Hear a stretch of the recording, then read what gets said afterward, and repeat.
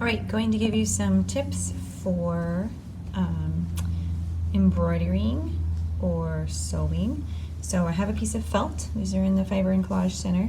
I would start by deciding what kind of shape it is that you want to create, and we're going to be making 2 of those pieces. So I'm just going to do a heart. Don't do like this person did and cut material right out of the middle. You can just fold over a piece of the material, whatever shape that you wanted to make, and then I'm going to draw it onto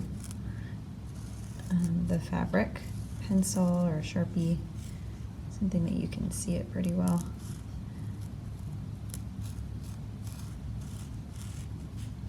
Okay, so I did that while it's folded so that when I cut it, I'll be able to cut out 2 pieces that are equal. Next step is to go find embroidery thread. It's down in the Fiber Center. It's called embroidery thread. There's lots of different colors.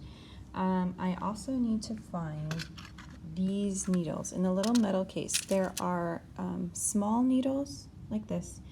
There are other needles that are metal, but they are bigger, and those ones will not sew through the felt. So they've got to be these small metal needles. So I am going to thread my needle. Sometimes you have to get it wet.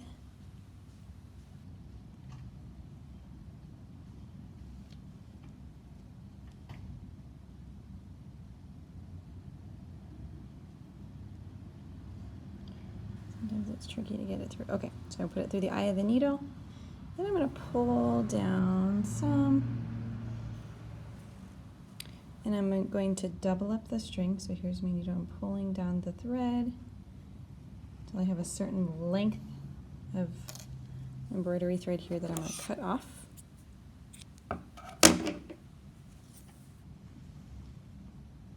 So now I have an equal length here. So see how it's doubled up there? It's like looped through the needle, and then here's the end. So down at the end, I'm going to tie these in a knot.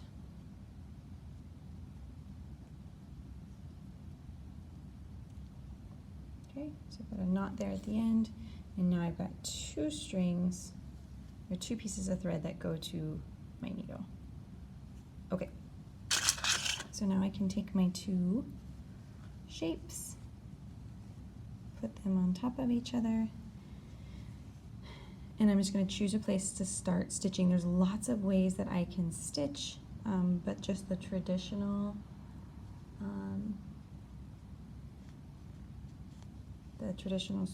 stitch is easy, where I'm just poking through on one side, and I'm going to pull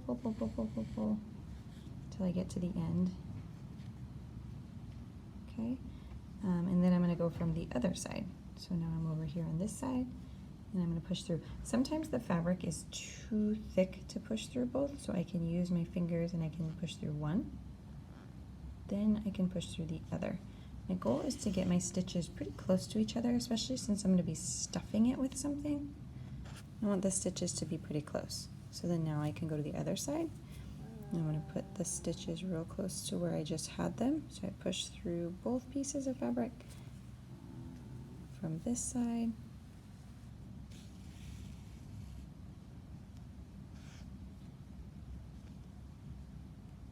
And back and forth. So I'm just going to keep going all the way around my shape, and I'm going to leave a little bit of space at the end so I can stuff it. I'll show you what we do after that. So this stitch here, that just over on one side and back on the other side, is just called the running stitch. There's also something called a whip stitch. So that would be when I go down on one side, and then I'm going to loop it back over and start again. So then I would just loop it back over and go on this side.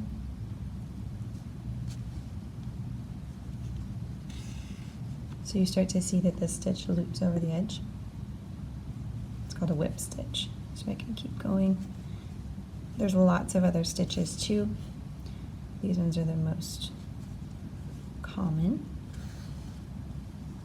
So there's kind of your example of your whip stitch.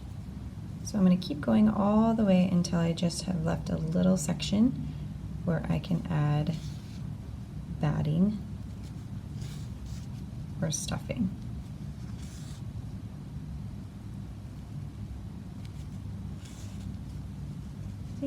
stitch, running stitch. To keep this part from coming undone, I just ran my needle a couple times through a stitch. And if there's a big enough loop here, I can push the needle through the loop. It's almost like tying a knot. So I've kept that stitch nice and steady. Okay, now I'm ready to add my batting.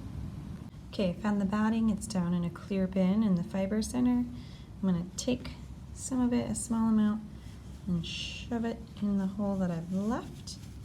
If I need to use something like the end of a pencil, so I want to shove it all the way to the bottom so I can start getting a little bit of shape to whatever it is that I'm making. And just shove it in all the little corners so that it fills out. This is why it's important that our stitches are pretty close together, otherwise you're going to start seeing the batting come out the side of the stitches.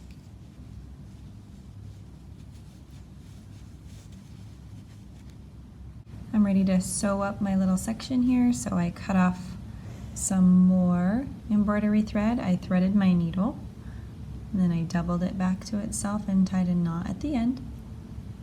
A knot there. And then now I'm just going to finish sewing this section shut.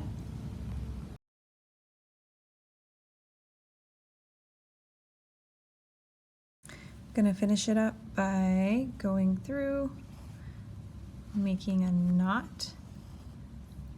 So I've got a loop here, sticking my end through the loop, and sometimes I do that a couple times to keep it, make sure it's not going to come undone. So I may go through the other side till it makes a loop, stick the ends through the loop.